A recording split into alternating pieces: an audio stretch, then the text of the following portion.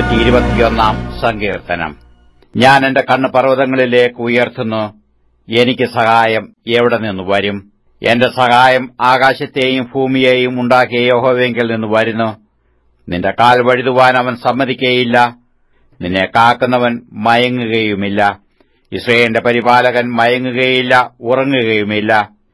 യഹോവ നിന്റെ പരിപാലകൻ. യഹോവ നിന്റെ വലത്തുഭാഗത്ത് നിനക്ക് തണൽ. പകൽ സൂര്യനെങ്കിലും രാത്രി ചന്ദ്രനെങ്കിലും നിന്നെ ബാധിക്കയില്ല.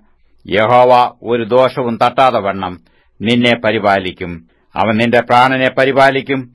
യഹോവ നിന്റെ ഗമനത്തെയും ആഗമനത്തെയും ഇന്നു മുതൽ എന്നേക്കും പരിപാലിക്കും.